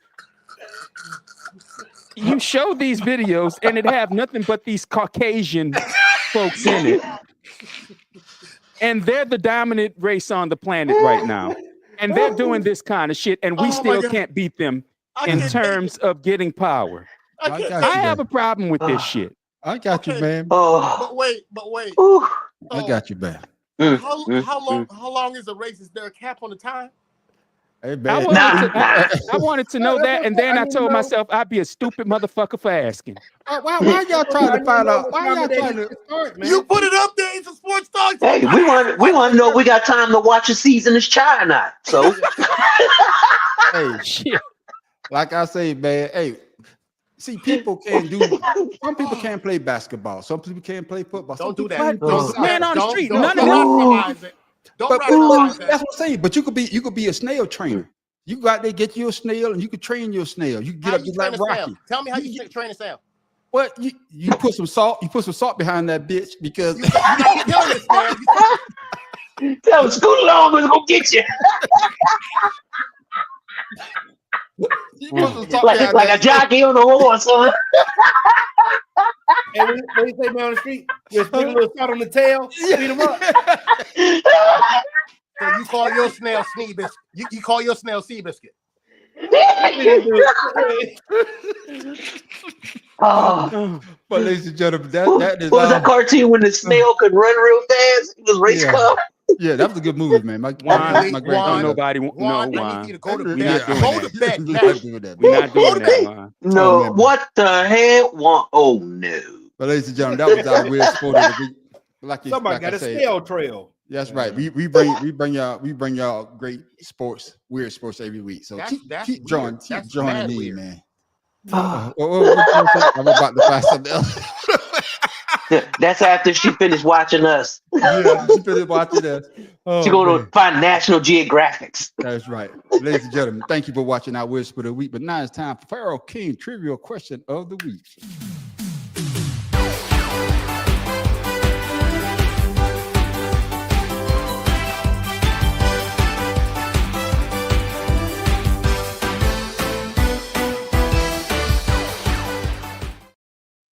Pharaoh King. Pharaoh King, what you got for us this week, my brother? All right, this is in honor of NFL draft. Here we go. All right. Who is the last QB to be selected by the Saints? Oh, in the first round. Oh, Archie Manning. Oh man. Wait, have the Saints even picked the quarterback in the first round? I know Sean Payton didn't. No. I would say my answer was Aaron Brooks. No. Oh. Aaron Brooks wasn't the first rounder. And the Saints didn't draft him. They got him from Green Bay. Yeah. They got him from Green Bay in the trade. What's the other black quarterback? They never drafted a black quarterback. Jameis Winston. They drafted the black quarterback. Jameis Winston came. Get out of here. The only other black quarterback other than Jameis Winston was Randall Cunningham for a short time, and yeah, that was at the end of his career. Jeff Blake, but Jeff Blake they got from somewhere else, from Cincinnati. Cincinnati, yeah. Oh shit. I want to say they've never selected a quarterback in the first round. Yep. There's some teams that hasn't. I'm going Archie Manning too. Shit. Because now that I think about it, Archie Manning was second. They've never drafted a quarterback in the first round. Well, Archie Manning, mine. Since you didn't take Archie Manning, I'm gonna take Archie Manning. I want to say Archie, but I don't think he was no take backs. No, no. They probably drafted one and then traded them. Okay, Archie Manning. That's what I got. Hold on. They haven't selected anyone, and I can't remember a quarterback that was selected by the Saints in the draft. Okay, Archie Manning is my quarterback. I also said Danny Werfel. No, Danny Werfel wasn't at Florida. He was 5 round. He was round 5. Round 5. What's the answer then? What's the answer there, Pharaoh? Okay, Archie Manning. Okay, that's right. No take backs. Man, don't want another one. Well, technically, you answered first. So no. Saints, hold on. Before you say, hold on. The Saints and Dallas Cowboys are the only two teams that's only drafted one quarterback in the first round, and Troy Aikman was with Dallas. Yep. No, but see, back. See, math professor Archie Manning, but he said he wanted to take it back. He said he wasn't sure. So I'm not I wasn't taking it back because he took his answer back. To be honest with you, what did Archie Manning get them? Not a goddamn thing. And just like in high school, I got the math professor paper and I got the right answer. So that's another win for the man on the street. And he is so petty. I ain't mad at him though, but he's petty. Thank you for that, Pharaoh King Trivia Question of the Week.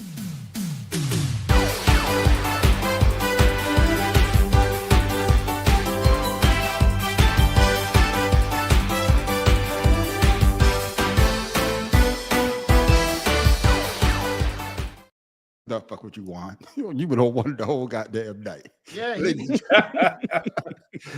gentlemen, we always try to give you something to think about, something fun, or better yet, where the fuck Tim Dog get that from?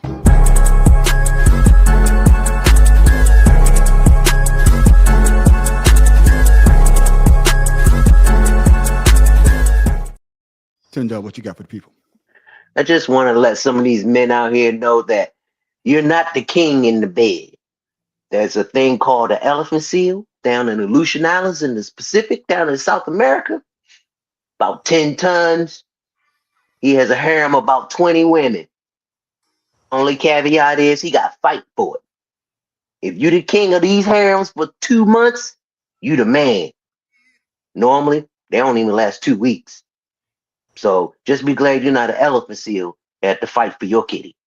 Oh man, you got to fight for your kitty. It's just like what's the movie The Fire Heartbeat? Every time I got to fight for my love.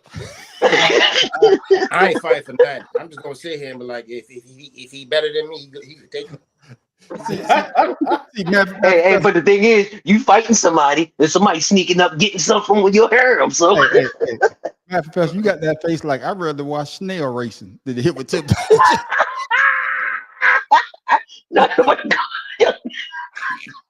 Bro. But ladies and gentlemen, thank you for tuning on. What the fuck you get?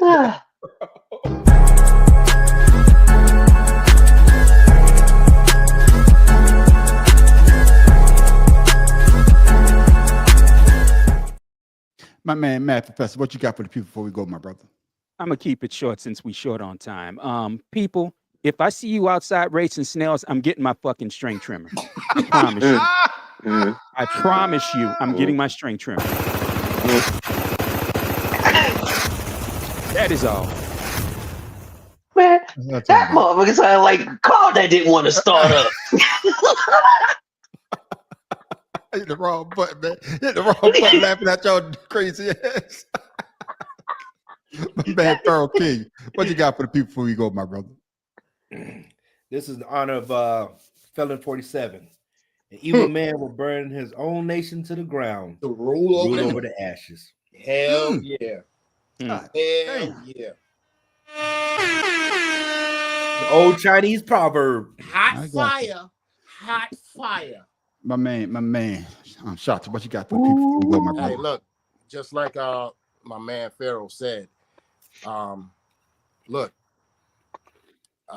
your rights as a human being, it ain't got nothing to do with the United States of America. Your rights as a human being has nothing to do with the United No, they States. snails not safe. That's all I got for you tonight. Right. All right. Snails ain't safe, God damn it. And of course, Tim Dog, what you got for the people before we go, my brother? You can't change what you don't control, but you do control whatever you want to change. And it starts by not sitting down. I got you, my brother. You see a good fight? Get in it. I ain't got nothing. I'm just saying that next week I got a snail race. If you want to join, on the street, that's what she said. Bring the snails. Don't Bring the leave the snails show. so we Don't get you do out that there. as the last thing. Don't do that. Yeah, we gonna do it like that. Leaving that I'ma send you my trail string of trimmer. line and slime. I'm gonna send you my string trimmer, Pharaoh. I guess. Mad Professor, shout out to social so the people can follow you, my brother. You find me at the madprofessor.1 YouTube, Instagram, and the Mad Professor 1 Blue Sky. I'm sorry, I've been too angry the last couple weeks to record something because every time I record, I start cursing. But I'm gonna just go ahead and record it tonight and put it out. That's what I'm talking about. Pharaoh King, shout out to social so the people can follow you, my brother. That there, King Ryan Facebook. I've been getting some people sending me friend requests, so I don't know why they're not showing up. I got you. Well, I got to check yours out, man. And of course, Tim Dawes, shout out to social people follow you, my brother. Father's Love 99 on Instagram about me and my son and my grandson. Also, check out my son, JIMS, Gems_ Woodworking #1. Check out some of the stuff that he got on there. You'll love it. And of course, shout out to social people call you, my brother. See that? Shout out. One love, shout out Blue Sky Social. Go on over there, son, and see what I go on. Yeah? Take care and make sure you hold your head up and make sure nothing getting in your way of getting your dreams. That's right. Hey, Shatta. Knock, knock. No, man. No. We're not doing it. No, and of course, Juan, I know you have you in there, man. Get you a championship snail so we can race, man. And of course, you can find me, the man on the street. The man on and it better not be a centipede. We can have a bunch of snails. I don't know yet. Who's there? On YouTube. You can also find us at the Betting and Sex Sports Podcast on YouTube and on Facebook. But make sure you come join us on Friday night for 2 Circles and a Blunt. It goes down at 8 o'clock. But you want to stick around for the after show called Asked Out. That's where everybody on the panel get a chance to talk about what they want to talk about. And man, I'm telling you, we always have a good time doing that as well. But make sure you come back next Wednesday at 7 o'clock for the Betting and Sex Sports Podcast. All we do is talk about sports. And as you can see, we have fun doing it as well. Also. Yeah. And with that, ladies and gentlemen, I am the man on the street.